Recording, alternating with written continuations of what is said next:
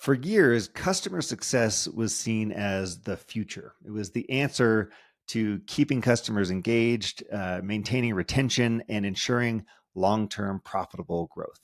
But something has changed. Retention is down, budgets are shrinking, CS teams are being restructured, absorbed into sales, or even eliminated altogether. And the big question that executives are asking themselves is, was customer success ever really set up to succeed? To help us unpack this, I'm joined today by Parker Chase-Corwin, who is a leading CS and CX strategist. He advises lots of B2B companies on how to improve retention and how to improve their customer experience. Parker believes that customer success has a branding problem and that it's time to rethink its role entirely. On this episode today, we break down why customer success has struggled to prove its value, what's replacing traditional CS teams, how account management and CS can work together, and the future of customer experience as a company-wide priority. I hope you enjoy this episode of Account Management Secrets. If you're an account manager, you already know this. You're the one keeping the business running. You own the client relationships, drive the revenue, and solve the tough problems for your customers. But here's the challenge. Most companies don't give account managers the training or recognition they deserve. That's what you'll get here on the Account Management Secrets podcast. I'm Raymond, and after working with thousands of account managers, I know what separates the best from the rest. In this show, we cover exactly what you need to succeed. Handling tough client conversations, driving renewals and upsells with confidence, and proving your value every single day. There's no fluff, no outdated sales tactics, just real practical strategies you can use right now to grow your accounts and build a successful career. If that sounds like what you've been looking for, hit subscribe and let's get into it. Hey, Parker, welcome to Account Management Secrets. It's great to see you. Appreciate it, Alex. I think you've got a great show here, so I'm happy to be on. Yeah, excited. Now, this is a really relevant conversation today. You know, customer success is at a crossroads right now. For many companies across lots of different industries, retention is down, budgets are shrinking, teams are being told to do more with less. Some customer success teams are fighting for their very survival.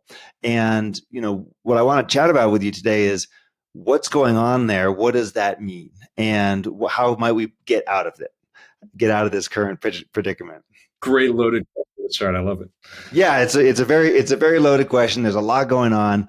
And I want to particularly orient toward something that you've said before, which is, you know, you think that customer success itself has a branding problem, and that this could be an issue of messaging or an issue of perception.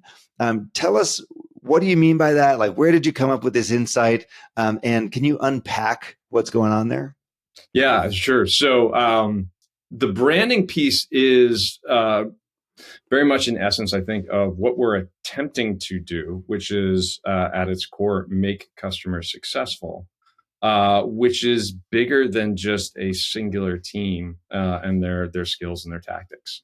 So when we brand customer success as the thing that it's trying to accomplish, we're implying that customer success is, I think, wholly responsible for that or accountable for driving that. Now, there is some value in that. So when you have a team that is an owner of a particular outcome, you're going to get better outcomes.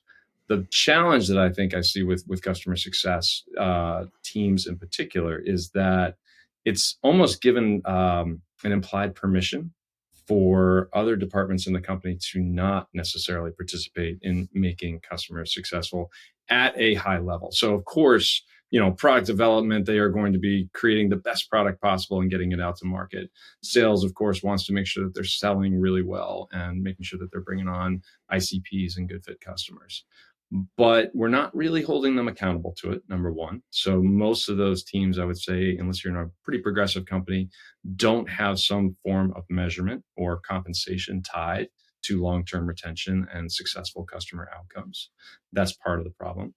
But this branding, I think, that we have created around customer success, again, going back to the origins, it was a great idea. Like, it was very clear in terms of like this new discipline that was emerging to be able to help companies, customers transform basically their business operations using new SaaS technologies.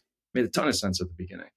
Now it's sort of, I think the dynamics have shifted quite a bit, but we're sort of left with this, I'll say, a misnomer in that it really doesn't apply in today's environment and market. So it's needs to evolve. I think to the second part of your question, my feeling is that we have to move much more towards customer experience. And what I mean by that is the sum of all the interactions that a customer has with your brand. That is largely what I think is going to dictate the outcomes. So whether that is the initial interaction with a piece of marketing collateral or a BDR conversation, straight on through to the sales process, straight on through to the onboarding process and the first value that they derive from the product. Like, these are all additive components which ultimately create a scenario that largely the CSMs are managing on the post sale side. So it's created this I think an opportunity really for us to be able to focus a lot more on the holistic experience, and then organizationally orient ourselves around that. Yeah, when I think about it, it's like, who doesn't want customer success? It sounds like, hey, everyone does, right? Everyone puts their hand up. I want my customers to be successful. And we talk a lot about the distinction between account management teams and customer success teams. The way that I would think about this is, I think customer success is the right umbrella, like broadly speaking, right? Uh-huh. Or in your framing, customer experience is the right umbrella, and then within there's a number of different functions and responsibilities. And when I look back at it, I think, wow, there was a time, it was not that long ago, 10 years ago max, right, when customer success teams were seen as the future of B2B customer relationship management, right? It was like, hey, this is the thing, and we're all just going to go and we're going to do this. It never seems to have quite fulfilled its true potential, right? Or Yeah. it never fully got there. And my question is that because we were measuring the wrong things? We didn't have the incentives in place? Were we never truly set up for success? When one of the things that I think that a lot of teams have suffered from is they just got given the title customer Yes. success, but they Yeah. didn't get given clarity of the skills and the structure and the support and all the other things that they would need in order to be successful. It was kind of like, oh, you're a nice person, you don't love doing sales, but you don't love doing support either. We'll make you a customer success manager. Off you go, good luck. And we sort of pushed them out of the nest. How come we never got to the full potential here? Yeah, it's a great question, and I wish there was a silver bullet, but you touched on it a little bit. Is that I think CS became very fashionable, and so when you think about directions that boards were sending companies and investors and such, like, it got to a point where I think if you were a SaaS company, you probably were expected to have some sort of a customer success motion, because to your earlier point, who doesn't want customer success? So of course you're going to create a team to create that function. I think there's an interesting market dynamic that happened, which has sort of accelerated this transformation of where we're at today. And that is that customer success is a fairly young discipline. And so if we think about it coming into existence really within just call it last 15, 20 years, probably more like 15 years in sort of a mainstream fashion, this was the first significant market downturn that we experienced as a discipline. So what happened there is that all of a sudden I think the expectations suddenly shifted dramatically, where all of a sudden companies were seeing declines in retention and they were seeing declines in NRR. And all of a sudden eyes were turning with some scrutiny on the customer success team and would say, hey, you all are supposed to be taking care of this. What happened? CS teams were very unprepared for that. And I think, to your point, some of that was lack of investment in terms of resourcing and skills. Operations is probably a great example there. CS is typically under-resourced in terms of data intelligence, integrations with other tools. Like, it's a very sales-heavy investment there on that side. So they tend to sort of piggyback on other tools that other teams are using, not necessarily getting their own. That's emerged and evolved a bit recently, but I think that acceleration that happened with the market change was enough to really disrupt what we thought was the right strategy. I think that's a really valuable point. Is it is a young discipline, so customer success is a young discipline. Young teams, leaders without a lot of experience because it's brand new. We're all figuring it out as we go. And I just really want to highlight this point that you made here. So customer success, for anyone who hasn't been following along, really came from the SaaS world. So this came as a software tech industry thing.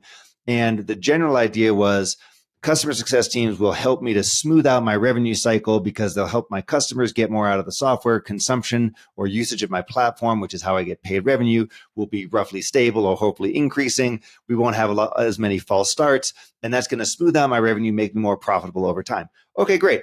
Like totally reasonable hypothesis. And what has happened since 2022 is a tech recession. So tech recession means lower retention, more churn, downsells, all this kind of stuff. And CEOs, CFOs are quite rightly now saying, hang on a second, we just created this 15-person team that was supposed to smooth all this out for us. Now, maybe the idea was the responsibility does not just belong on one team's shoulders, which I totally get, and we could talk about that in a little bit more detail. So I understand that premise. But this, for me, brings up this question of like, is customer success going to be a thing in the long term? Are we going to sit here in 10 years from now and say there is still such a thing as a customer success function? Or are we going to say, you know what, it got absorbed into the company overall. It's more of a philosophy than a team.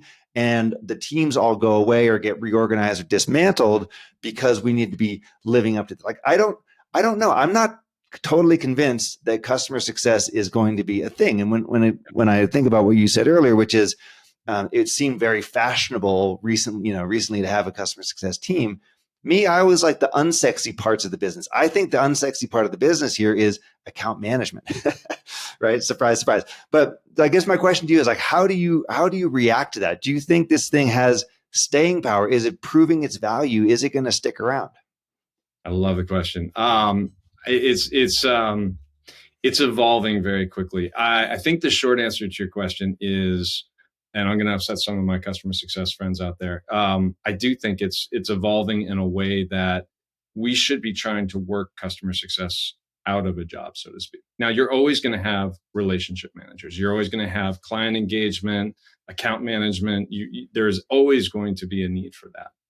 Having said that, when we look at what customer success has been chartered with over the last several years, it's largely become this catch-all dumping ground of all the things that, if you think about a customer life cycle, weren't done well in that customer life cycle. So what I mean by that is that I've spent a significant amount of my time over my career looking at what I call upstream. So essentially, as the caboose in the customer life cycle, where you're managing the relationship and the renewal and the long-term retention, that long tail, a significant part of my career was spent looking at the upstream decisions, the upstream impact points that then created downstream effects.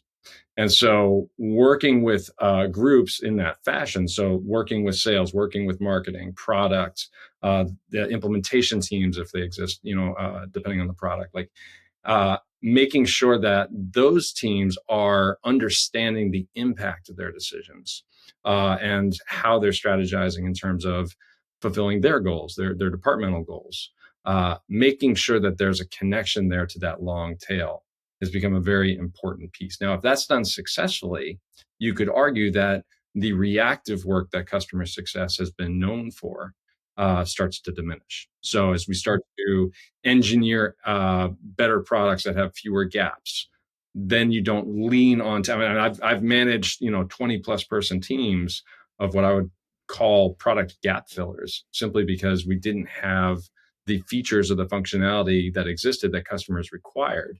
And so we plugged the holes with resources, human resources, which was very expensive, didn't give the greatest experience for the customer because they had to wait on us. Mistakes were made, and that created a whole nother ripple effect of reactive issues that you had to tackle. So it's sort of you're creating this. You're creating a lot of your own pain when you don't correct that root cause. So I've really been on this relentless pursuit, I think, of identifying what are those upstream impact points and how do you address those. And so the idea here is it also lets other teams off the hook, like you were saying before, right?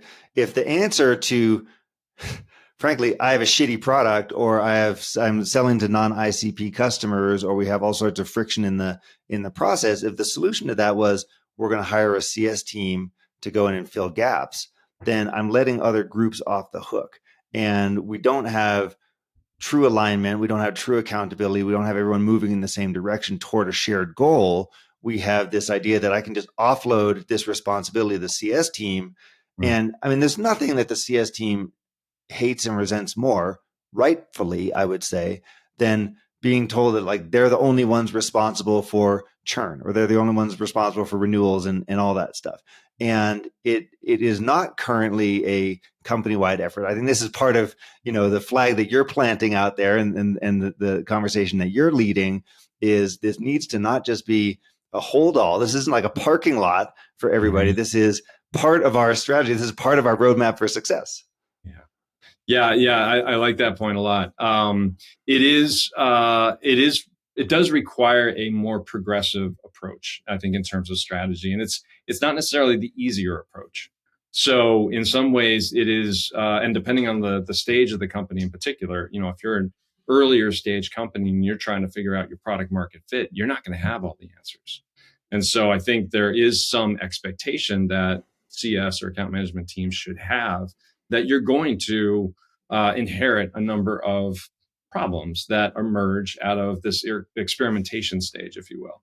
So you're going to sell to customers that maybe they're not the best fit for you. And as a owner of that relationship, you've got to make space for that. You've got to be able to anticipate that. You've got to be able to plan for that. And you've got to be able to learn from that.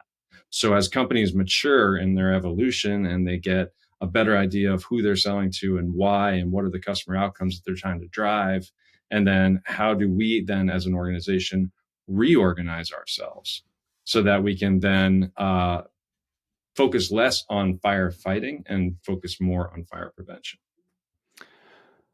So I, along with all of our dear listeners at Account Management Secrets, have heard this a number of times, right? Like, we need to be more thorough. This needs to be an organizational wide thing. We need to change our thinking about this. And I've really not seen too many examples of companies that are doing this well. Like, yes, everyone's beating the drum about customer outcomes and so on.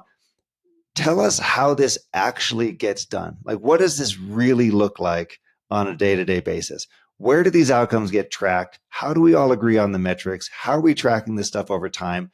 Is this data flowing back to the product team and the marketing team for them to create great resources and assets for us? Is this going back into our voice of customer program?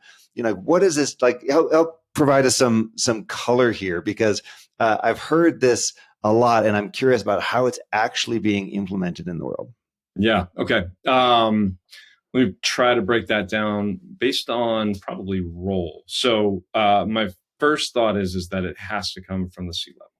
So we have to start with an organization-wide culture that rewards and recognizes behaviors that lead to better success in this area. So if the C-level is not bought into this, it's going to be a major uphill battle. So let's assume then, for the sake of conversation, that your executive team is on board and really supports this initiative. Then I think what we're talking about is at the CS leader level, we've got a market situation right now which is ripe with disruption. So we've got a ton of new technologies and products coming onto market. The incumbents are probably on pretty shaky ground at some points. And these new technologies are also on shaky ground because the incumbents are developing faster than they are. So there's just this all sorts of hyper competitiveness out there. as a CS leader, that's a threat that I have to consider as it relates to long-term retention of my customers. If I'm not spending a significant amount of my time cross-functionally and really spending time helping those other departments understand, again, the cause and effect of decisions that are being made within their areas to the long tail of customer retention, then I'm not doing my company a service. What I really need to be doing as a CS leader is being much more, I would say, inwardly focused with the company operations, the decisions, the strategy that we're making. So it's making sure that we've got really good early warning signals in place. It's making sure that we are capturing and analyzing the signals that our customers are giving to us, and specifically, what are the behaviors that they're exhibiting, which are then leading to risk down the road.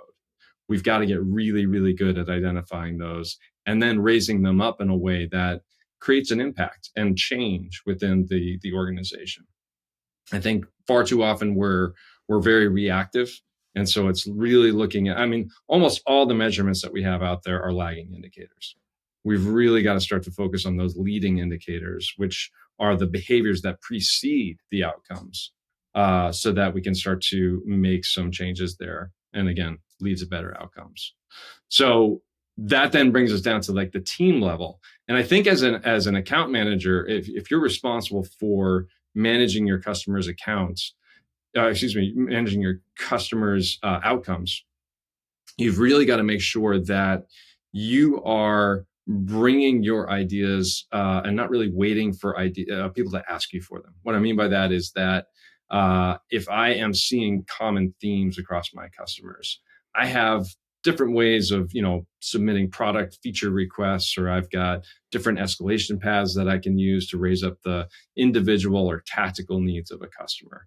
What I'd like to see more at the front lines is more deliberation, I think, in sort of what are we seeing from a commonality standpoint? What are we seeing thematically within our customers?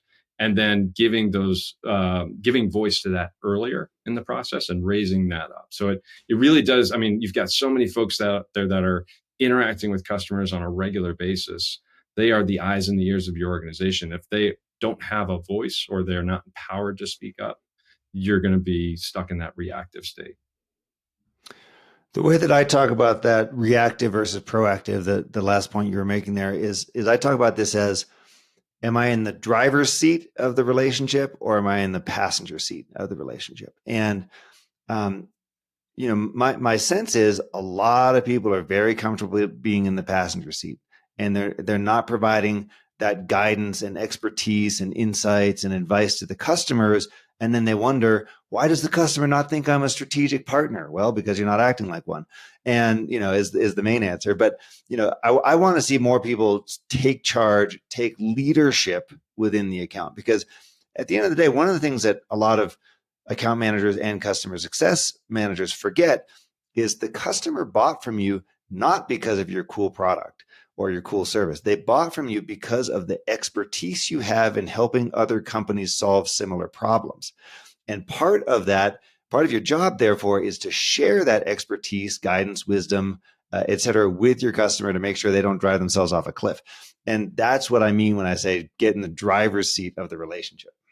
I love that you just said that. I'm going to tie it back to your earlier point, because that expertise, when we talk about customer success teams that were just sort of created and plugged in, they became largely sort of intermediaries, I guess, between the company and the customer. What I'm seeing now is a real need for a shift to make your CSMs much more technically sophisticated. So understanding the product, and not just the product, but the industry better. And I'll be the first to admit, like, I used to hire folks who were really good at relationship management and really good at engagement with customers. And then I would just teach them the industry or teach them the product. And that was okay for the time. That was kind of early years of CS. I've since changed my thinking. And I'm a strong believer right now that you should be absolutely hiring industry experts to make sure that they are then bringing value to the relationship that goes beyond the product, that goes beyond your brand, but actually really helping the customer to manage their business differently, and then leverage your expertise in a way that you can bring new ideas to the table. You can give them new insights based on your interactions with other customers, and share those, best practice use cases where if you're bringing somebody in who doesn't have that industry experience, you can get them there, but it takes a lot longer and it's a lot more effort. It takes longer, and it's not necessarily what the customer wants. Like, we don't need technical experts so much as we need people who are out there solving problems for customers. So you need a very high level of business acumen to do this right. And that tends to be one of the things I recommend most to account managers, is just figure out the dynamics of your business and your customer's business. That's how you can be of most service to them, because then you can figure out challenges and opportunities and risks that might be ahead. And you just being slightly better at your product is not actually what the customer needs. The customer needs guidance. They need leadership. They need to understand what the roadmap is. Parker, I want to ask and come back to something you were mentioning before, which is, you were talking about being inwardly focused. So if I'm a post sales leader, I think that my job is to be out there with customers and rallying the team and so on. But you're saying I need to be inwardly focused, and you also use the phrase to work on solving upstream issues. So other things that before they touch the customer are things that we can solve. Now, just like maybe an individual AM or CSM is not always all that proactive with their customers, I've also seen the AM or CS leaders not be that proactive internally. What I like is when I see an account management VP who has a very rigorous process for internal account reviews, for QBR prep, for risk management, for briefing other internal stakeholders, for championing their teams, and not only earning that seat at the table, but sitting down at that seat at the table and getting everyone the resources and the recognition they deserve. But that takes a lot of internal work. The benefits are that it helps to orient the entire company in a more customer-centric way. Like, it really, really does help you get there.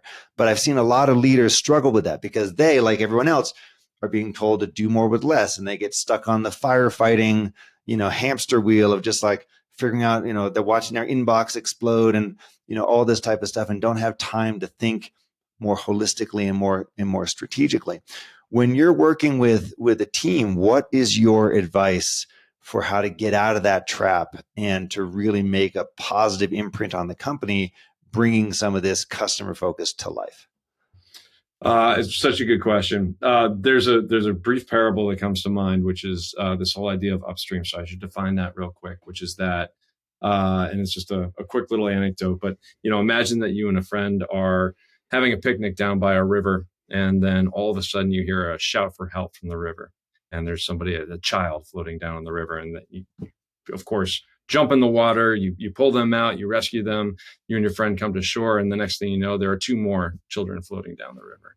And you go back in and you try to pull them out, and this just keeps continuing. You keep finding, children just drifting down the river, and you keep pulling them out. You're getting exhausted. Before you know it, your friend eventually comes out to the riverbank and starts to walk away, and you shout after him, like, "What are you doing? I need help. We got to save these children." And he says, "I'm going upstream to figure out why so many children are falling into the river." That is an incredibly powerful story, I think, and as it relates to this dynamic, because you've got to make sure that as a CS leader, you are looking upstream enough to be able to prevent problems from happening, or you're going to be stuck in that reactive world. And that may require some sacrifice. Like, that may require a couple of casualties along the way, which is a hard thing to do when our whole being is basically wired towards making sure that we are saving every single customer, putting out every single fire, every single escalation has to get managed. So it really does require a lot of discipline, I think. And I do think it requires a very passionate approach towards the customer experience. So if you think about, all the reactive work, and you said it earlier, it's very easy to sit back and manage your inbox then in the passenger seat and just sort of receive the work that's being sent to you. I think there's a very strong passion that's needed for creating a better way. And so if you can partner with your other, peers on that, I think there's a lot of I'll say, benefit to job satisfaction in doing that, because you're collaborative, you're creative, you're working with others, and appreciating the expansion of that business acumen that you also talked about. When you understand other parts of the business, you become a much stronger leader in general. And we've just got too much of this echo chamber in customer success, where we only tend to listen to other customer success leaders, and we lose sight of what drives a product team. Why do product managers make the decisions that they do? When we think about sales, and sales gets a bad rap a lot in CS, or account management, but like, how are sales leaders being thinking about their next quarter, and bringing new products to market, and how are they organizing themselves, and again influencing that long tail of customer retention while you do that.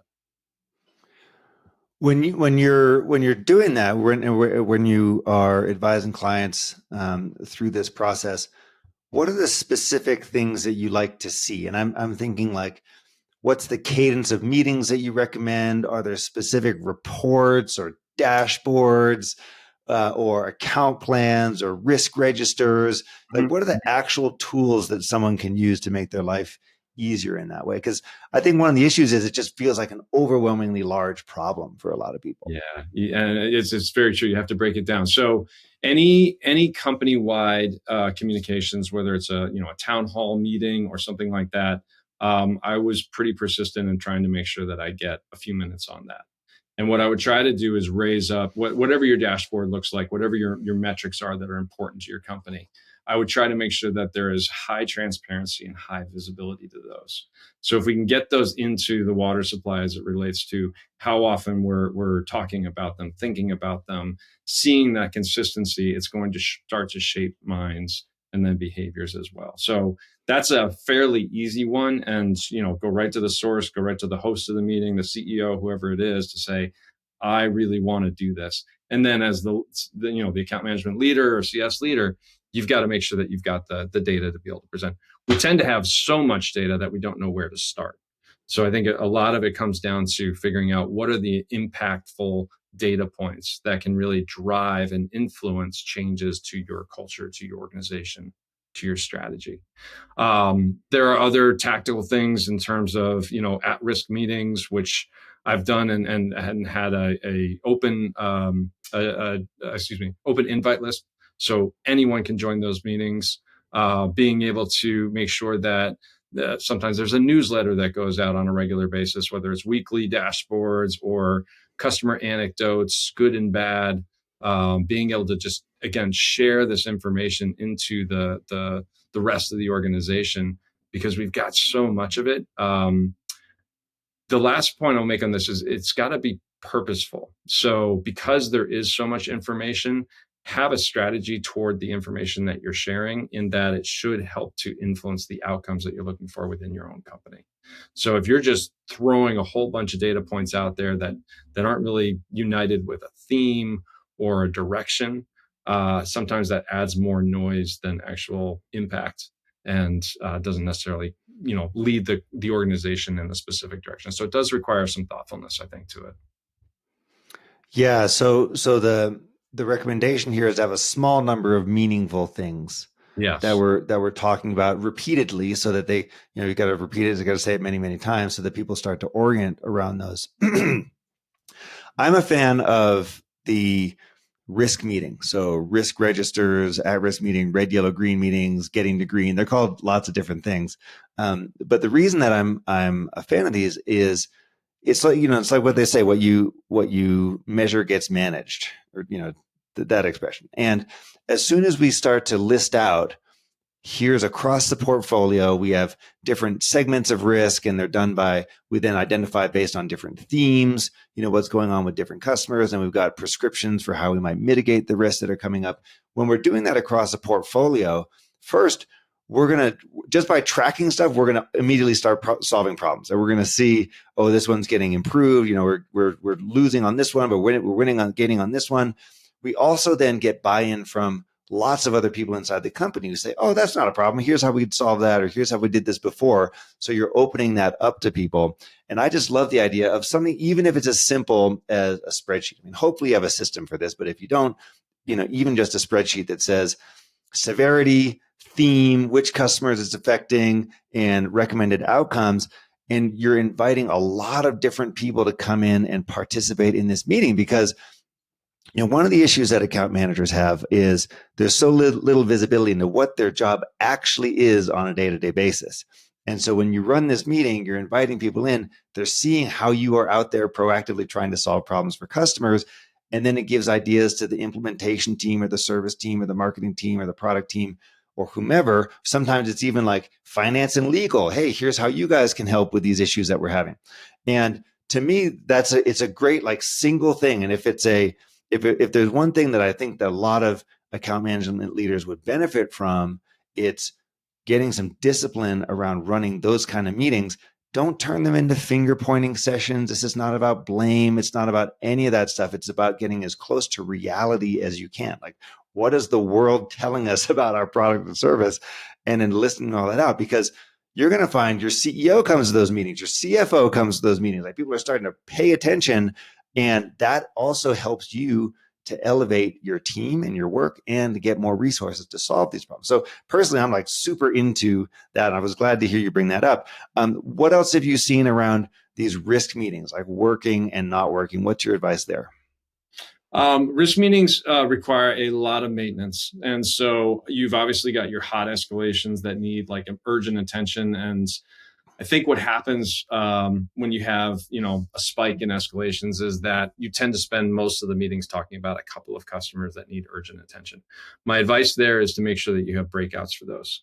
So the purpose of the meeting, and you really have to be very guarded on this, is to bring like a higher level of awareness around your collective risk. And then maybe if you need to have a working session on a particular customer, you park that, you take it offline, you get the right team associated with it, and they go out and they go solve the problems for that particular customer. The tactical reality is that very often those meetings get usurped by a couple of loud voices in the room or a couple of customers that need that urgent attention. So try to be very guarded and protect that time for the more broad conversation, and making sure that you're capturing those themes and inviting discourse and discussion around what's the better choice to make in terms of product roadmap development or things of that nature. I loved the point you made it before we move on. I just want to highlight it. You mentioned the CFO a couple of times. I would even add your HR team, and I would also add your operations team as kind of three groups that are probably less thought of because they're more back end facing, but hugely impactful when it comes to influencing culture, when it comes to influencing where investments are being spent, where it goes to systems and adoption of tools that you might have in-house that maybe you can benefit from. So like those are three teams that I think tend to get overlooked when it comes to this cross departmental partnership. And I think those are extremely important. Nice, thank you. Yeah, thanks for clarifying that. Getting all the internal allies that we Yes. can. Yeah, Yeah. exactly. Now, I know you do a lot of work with early stage companies who are just starting to figure this stuff out, and they want to get better at their retention. They want to get better at their customer experience. When you are working with those teams, or if you were starting from scratch and you said, I want to build a customer experience team or a retention team, and you look across the different roles that we have today and all the different specializations within a team, what would you keep? What would you eliminate? What would you combine? Like, how do you advise companies that are at the early stage of thinking about this to say, here's how to really set yourselves up for success? It's a great trick question, Alex. All right, so here's how I'll break it down. The short answer, which I'm not going to say, is everyone will say it depends. It depends on your organization and what you're trying to do, where you are. I think what I would say is that I would start with the customer journey. So it's that outside in perspective, which I think informs the answer to that question. So you have various folks that are in your team, departments, and how they're aligned in terms of their roles and responsibilities and such. But as your company grows and matures, there's going to be a need for shifting around those responsibilities as your product matures, as new features come out, or maybe you go from a single product to a multi-product. There are so many different dynamics there that influence, I think, how you're organizationally set up. For me, what I recommend is always going back to the customer journey. What is the customer's needs at a various stage? How do we make sure that we are aligning our resources accordingly to their needs at the time? So is it that there's a friction point that maybe happens during a handoff? Or is it that the onboarding process takes too much time? Or is it that, during renewals, we're getting a significant number of renewals that are going into bad debt because we can't collect on the invoices? There are all sorts of these situations, I think, that emerge. And it's very easy to tactically firefight those. But what's more interesting, I think, when it comes to organizational design is actually looking, having those points along the journey inform how we mobilize our teams. And are you seeing these roll into a specific part of the organization? Are you seeing the chief customer officer role type of thing evolve, or is this more like it's already sitting in a revenue team, or it's sitting on the operations side? What does that look like? All the above. And that's part of going into, I think, the where we started, which is the branding challenge, is that we've got a collection of individuals out there across different organizations that largely do the same thing, but they do it all a little bit differently. So it all gets a little confusing, and then you start to make comparisons around, peers in your industry and how are they doing it, or what is your board telling you to do, and it sort of starts to become a little bit inorganic, I think, in that regard. So I do think that there isn't probably a singular answer there. But I do think that the strategy really needs to emerge from, again, where the customer is telling you need to be. Awesome. Well, hey, thank you very much for being here and sharing with us your thoughts on how to think about the customer success branding problem, on different approaches that we can have. Any last thoughts on customer experience? I got the message. Where do I start? Where do I start? Start with the customer journey for sure. So make sure you are understanding where the customer is struggling, where they're succeeding, where there are opportunities to either remove friction, waste from the processes that you have. And in addition to that, I would start with the company culture. Again, so working with your peers, your departmental leaders, working with the C-level to make sure that the entire organization is aware of the consequences of, again, upstream decisions and how that affects the downstream long tail. And then work just as passionately as you can, I think, with those internal teams to smooth out those processes. Fantastic. That's a great call to action. Well, Parker Chase-Corwin, thanks so much for joining us. Great to see you. Appreciate it, Alex. Thanks.